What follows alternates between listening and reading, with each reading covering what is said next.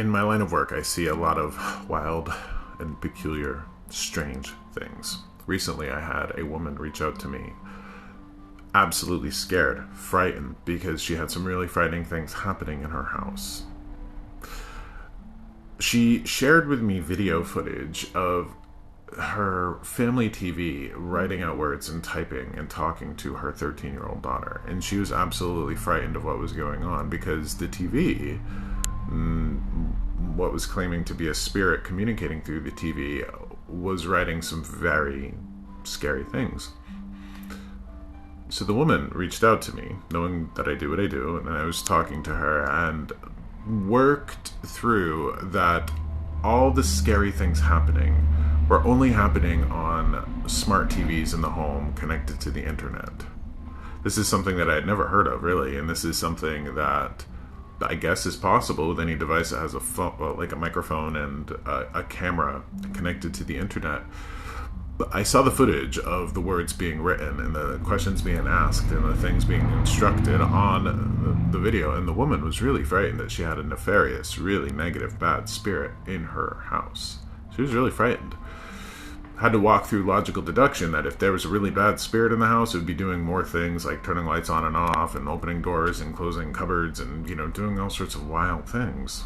It was only happening through these devices connected to the internet.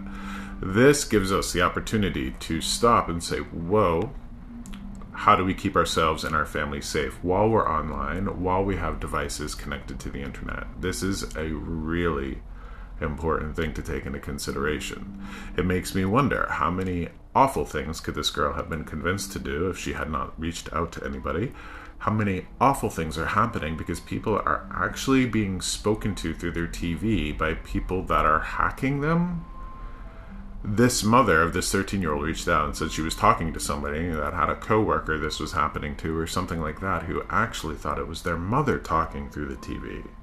Probably didn't say anything because they thought it was their mother and didn't want to sound crazy. This also calls into question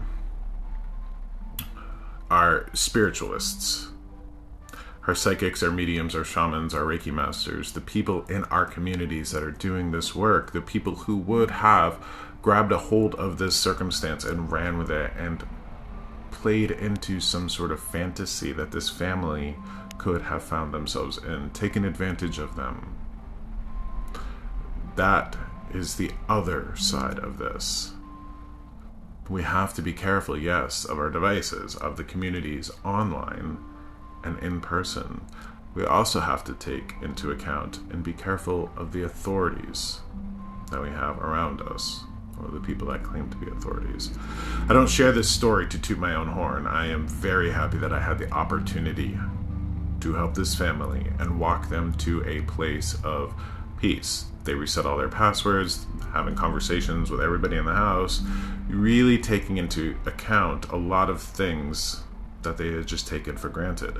This lends us all the ability to look at our devices, look at the folks that we have in our life, older folks, younger folks, people that are communicating in our homes on our devices. Take a good audit, take a good inventory of what's going on in your home and what's happening with all of these devices. This is an important thing that apparently is happening out there. So please be mindful and know that when weird things happen, it's not always the paranormal, it's not always the spiritual, it's not always the bizarre answer. Sometimes it's just something falling off the shelf. Take care of yourselves out there, and please, to the best of your ability, use common sense. Thanks.